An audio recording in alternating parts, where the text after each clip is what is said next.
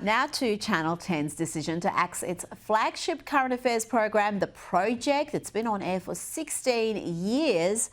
Our colleague Steve Price is defending the unwatchable Lefty Talk Fest. He has been the sole conservative voice, some would say token conservative voice, on the program. And he writes in the Herald Sun that people dancing on the grave of 10's The Project are ignorant. It means that virtually all live television, bar some AFL panel shows and some comedy programs and the 6 p.m. news, are now run out of Sydney. Melbourne is the big loser today, and the city will never get back what it had ever again. Colleen, I don't think the whole Melbourne-Sydney rivalry comes into this. That's not why people are mocking this program. Yeah. So I have to confess I've never actually watched Never. Project. 16 years, Colleen. It's been on for 16 years. Yeah, I've never actually watched it for the reasons that you just said. You know, it's a lopsided, not balanced perspective of the day's news. But to Steve Price's comment about business leaving Melbourne, IPA research will tell you that there's 130,000 businesses have left Victoria in the last year. Wow. So it's not just something like The Project. It's not just this sort of lack of reflective of what people want to see and hear. There's an undercurrent of businesses leaving Melbourne regardless of The Project. Wow, 130,000. And what is the predominant reason that's happening? Well, red tape, difficulty of doing business in Victoria, all of those sort of economic pressures. State taxes wouldn't be helping at all. Patrick, I can't believe Colleen has not watched any Project in 16 years. Surely you've caught an episode here and there? Not for many years. I think, to be fair, it was aimed at an audience far younger than us.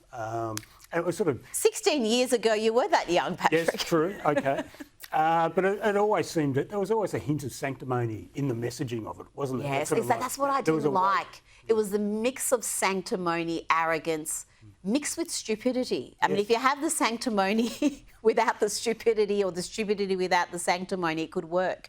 But is it sad though for Melbourne that it's no longer here? Oh, look, I think Pricey made a better point when he talked about panel shows being balanced. You don't see it on the ABC as a starting point.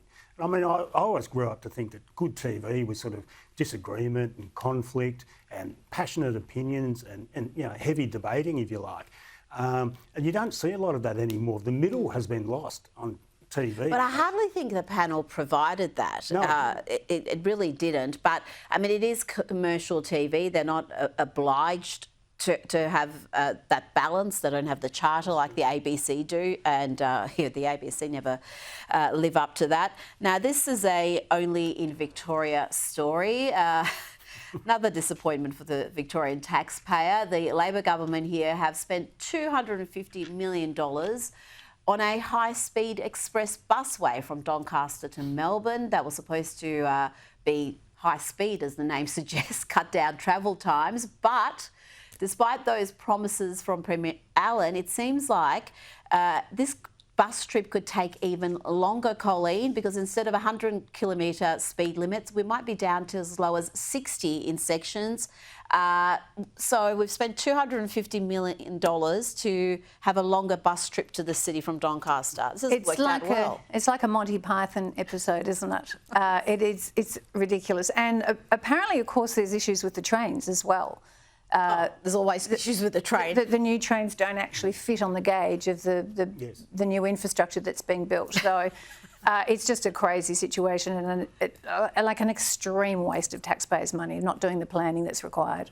Patrick, the comedic value aside, this is a pretty massive stuff up, $250 million and very questionable value. It's not funny anymore. I mean, the North East Link... It's a little funny. The budgets are blown out. I drive through there going to and from home from time to time. It's just like a bomb site. It's been like that for years. And the idea that all that waiting in traffic jams is going to amount to something that's not even as good as what it was before in this context is so galling. No, it's not funny anymore.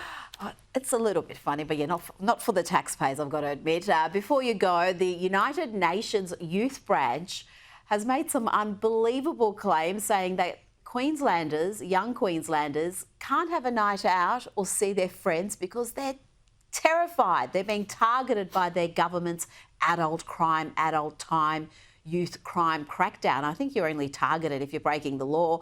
The UN's got no idea. They've tried to dictate to the Queensland government what to do.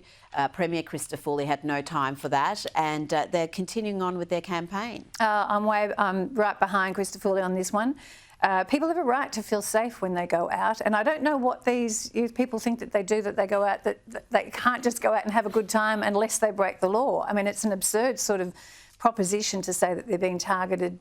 You know, and Victoria's having a similar scenario about youth crime, and I know that the Coalition are talking about breach bail, do jail time. It's the same scenario. I think people are fed up with not being able to live their civil life in a comfortable, expected way to be safe. Patrick, you've got teenage children. Are they scared to be out and about in Queensland if you're out there for a holiday? Look, I'm pretty sure this didn't resonate anywhere, but especially, as Colleen was saying, in Victoria. I mean, the Premier up there in Queensland has talked about adult crime, adult time. Wouldn't we love to have that down here? Oh, yes. But I do invite the author of that report to come down and go shopping in Victoria, and perhaps we'll have some machete-wielding youths running past. And it'll be very enriching for them, yes. I'm sure. Patrick Carline, Colleen Harkin, thank you so much for your time tonight.